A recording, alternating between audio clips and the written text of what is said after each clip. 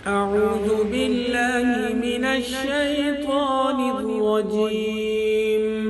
بسم الله الرحمن الرحيم. بسم اللہ الرحمن الرحیم. السلام علیکم ورحمۃ اللہ وبرکاتہ. اخلاص نیت کسی بھی معاملے میں بڑی اہمیت رکھتا ہے. اخلاص نیت سے کیا ہوا عمل اللہ کو بہت پسند ہے، خواہ وہ عمل چھوٹا سا ہی کیوں نہ ہو، لیکن اخلاص نیت کی وجہ سے وہ بہت مقام اور اہمیت اللہ کی نظر میں رکھتا ہے. پیارے نبی صلی اللہ علیہ وسلم نے فرمایا، انما الاعمال بالنیات، بے شک اعمال کا دار و مدار نیتوں پر ہے. جو عمل خالص اللہ سبحانہ تعالیٰ کی رضا اور خوشنودی کے لیے کیا جائے، اس کے حضور صرف وہی شرف قبولیت پائے گا.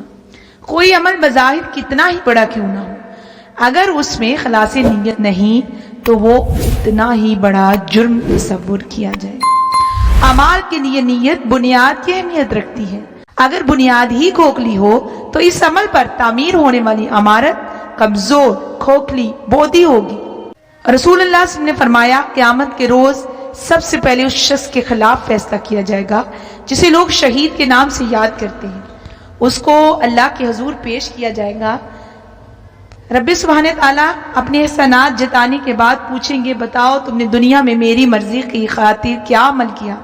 وہ عرض کرے گا، اے میرے رب، میں تیری راہ میں تیرے دشمنوں سے لڑتا رہا، یہاں تک کہ اپنی جان بھی قربان کر دی.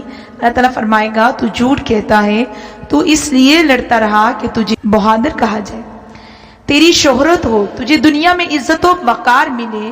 تو نے میری رضا کی خاطر کوئی عمل نہیں کیا، تو نے اپنی نیت کا بدلہ دنیا میں پا لیا. پھر حکم ہوگا اس کو جہنم میں پھینک دیا جائے. اس کے بعد وہ شخص اللہ کے حضور پیش کیا جائے گا جس نے علم حاصل کیا، لوگوں کو سکھایا، قرآن پڑھا، دوسروں کو پڑھایا. اللہ کا دین پڑھنے، پڑھانے، سیکھنے، سکھانے میں ساری عمر ہی گزار دی. اس سے پوچھا جائے گا، بتاؤ تم نے میری رضا کی خاطر دنیا میں کیا عمل کیا؟ وہ کہے گا، اے رب سبحانہ تعالیٰ، میں نے علم سیکھا، دوسروں کو سکھایا، قرآن پڑھا، پھر دوسروں کو پڑھایا. اسی طرح تیرا دین سیکھتے سکھاتے میری تمام عمر گزر گئی. پروردگار عالم فرمائیں گے، تم جھوٹ کہتے ہو، تم نے علم اس لیے سیکھا اور سکھایا، قرآن پڑھا اور پڑھایا کہ لوگ تمہیں عالم، فاضل، قاری اور مفتی کہیں، تمہاری شہرت ہو. تم نے میری رضا کے لیے تو کچھ نہیں کیا. پھر حکم ہوگا اس کو گھسیٹ کر جہنم میں ڈال دیا جائے. اس کے بعد تیسرے شخص کو لایا جائے. اللہ سبحانہ تعالیٰ فرمائیں گے، میں نے تجھے دنیا میں مال و دولت عطا کیا، تجھ پر بے شمار انعامات کیے، اب بتاؤ تم نے میری خاطر کیا عمل کیا؟ تب وہ شخص کہے گا، اے پروردگار عالم، تو نے مجھے مال و دولت دیا، میں نے اس مال کو غریبوں، یتیموں، مسکینوں، بیواؤں اور محتاجوں پر بے دریغ خرچ کیا، زندگی بھر اس مال کو تیری راہ میں لٹاتا رہا.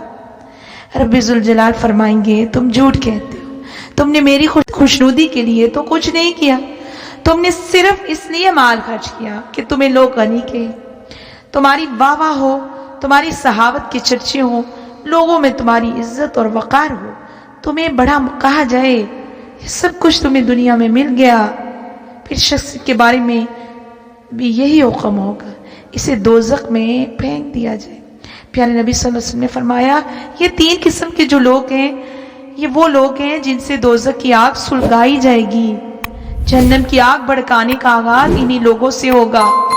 یہی ہیں وہ بد نصیب لوگ جن کی زندگی بھر کے تمام اعمال نیت کی صرف نیت کی خرابی کی وجہ سے برباد ہو گئے اور وہ اللہ کے عذاب کے مستحق ٹھہریں گے.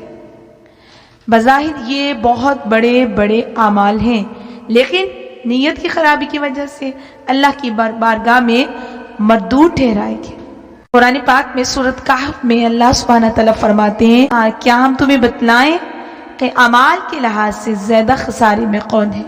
وہ لوگ جن کی ساری محنت اور کوشش دنیا کی زندگی میں اکارت ہو گئی اور وہ سمجھتے رہے کہ وہ بہت اچھا کر رہے ہیں. جس عمل میں خلاص نیت نہ ہو وہ اللہ کے ہاں مردود عمل ہے. کھوٹی اور گندی نیت شیطان کی نیت ہوتی ہے. جہاں اخلاص نیت ہو وہاں شیطانی چالیں ناکام ہو جاتی ہیں. شیطان کو غرور اور تکبر کی وجہ سے اللہ نے مردود ٹھہرایا تھا. پیارے نبی صلی اللہ علیہ وسلم نے ارشاد فرمایا، لوگوں سنو، جسم کے اندر گوشت کا ایک ٹکڑا ہے، اگر وہ ٹھیک ہو تو سارا جسم ٹھیک ہوگا، اور اگر وہ بگڑ گیا تو سارا جسم بگڑ جائے گا. سنو، وہ دل ہے. صاف دل اور خالص نیت سے جو بھی عمل کیا جائے گا وہی اللہ کے حضور شرف قبولیت پاتا ہے، بلکہ اخلاص کی وجہ سے اجر و ثواب میں بڑے اعمال پر بھاری ہو جاتا ہے. اللہ تعالیٰ مجھے اور آپ کو اخلاص نیت عطا فرمائے. آمین ثم آمین.